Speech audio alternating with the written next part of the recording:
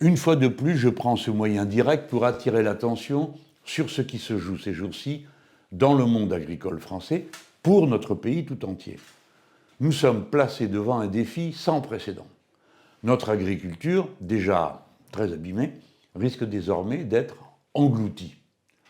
En cause, la gestion gouvernementale hasardeuse d'une nouvelle crise sanitaire, d'une part, et, d'autre part, la mise en place, décidée jeudi, d'un désastreux traité agricole de libre-échange, le traité avec 4 pays sud-américains, le Mercosur. Oui, encore une fois, une crise sanitaire agricole.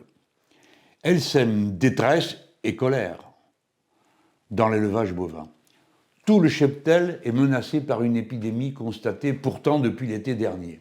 Les alertes, les propositions ont été faites pour affronter la situation, rien n'y a fait. Le gouvernement ne propose que l'abattage général du troupeau quand une bête est contaminée. C'est parce qu'il n'y a pas accès de vaccins disponibles ? À qui la faute ? Pourquoi les centres de production ne sont-ils plus présents dans notre pays ? Le même manque a déjà été constaté dans les crises précédentes, celle des moutons et pour la volaille, pour la 5e fois, foudroyée par une épidémie de grippe aviaire. Des millions d'animaux ont été sacrifiés sans que rien de plus ne soit fait. Les bovins non plus ne sont pas des objets interchangeables, ce sont des êtres vivants dont l'élevage et la sélection est le résultat de milliers d'heures de travail humain. Cette situation montre la faillite d'un système. Pour la première fois cette année, la France est importatrice nette de produits agricoles. C'est la première fois depuis 60 ans. Quelques branches prospèrent, le reste meurt sous nos yeux. Après l'industrie, laisserons-nous périr l'agriculture paysanne de notre pays ? Cette profession connaît déjà le taux de suicide le plus élevé de toutes, plus d'un cas par jour. L'alerte est maximale. Si nous voulons pour demain un autre modèle agricole, à la place de celui qui est en échec aujourd'hui, nous avons un besoin crucial des personnes qualifiées, femmes et hommes du métier, qui nous appellent à l'aide aujourd'hui. Mettons-nous à leur service pour aider leur mobilisation. Les élus insoumis sont présents sur le terrain et à l'Assemblée face au gouvernement. Mais chacun d'entre nous dans les régions concernées peut se mettre à la disposition des actions en cours. Autre point crucial sur lequel je veux maintenant attirer votre attention. Peut-être est-ce le plus grave. Le Conseil européen des chefs d'État et de gouvernement s'apprête jeudi à adopter et mettre en œuvre le traité agricole Mercosur. Il conduira à l'abîme de très larges secteurs de l'agriculture paysanne de notre pays. Ce traité unirait dans un marché unique, ouvert, les produits agricoles européens et ceux des pays du sud du continent américain qui ne sont pourtant pas astreints aux mêmes normes sanitaires que les nôtres. Ce traité a pu avancer du fait des hésitations et tergiversations des gouvernements français successifs.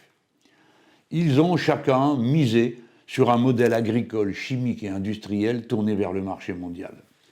Cela, plutôt que vers les besoins agricoles de notre pays, que ces besoins concernent l'alimentation humaine ou animale ou les matières premières à cultiver pour d'autres activités comme le textile par exemple.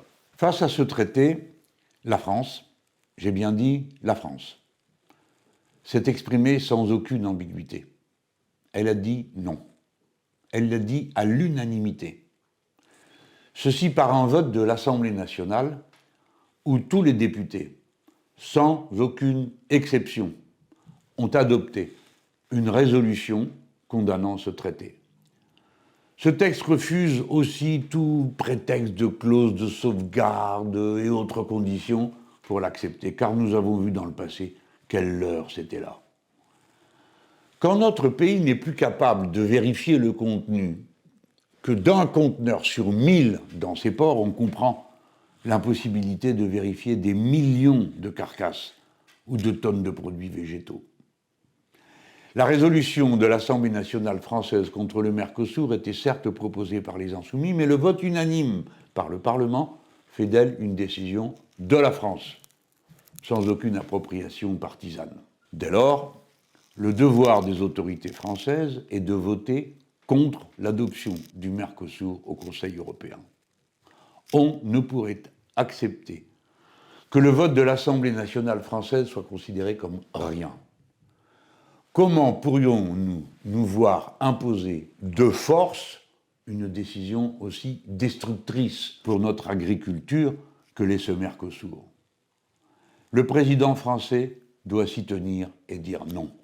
Il y va de notre souveraineté alimentaire, de la santé publique, de l'aménagement de notre territoire. En superposant leurs conséquences, la crise de l'élevage et celle du Mercosur montrent à la France urbaine l'importance de la souveraineté agricole de notre pays. La solidité de l'agriculture dans notre pays est une affaire commune, en ville et en zone rurale. Elle nous implique tous. C'est notre tour de tous nous mobiliser pour la défendre.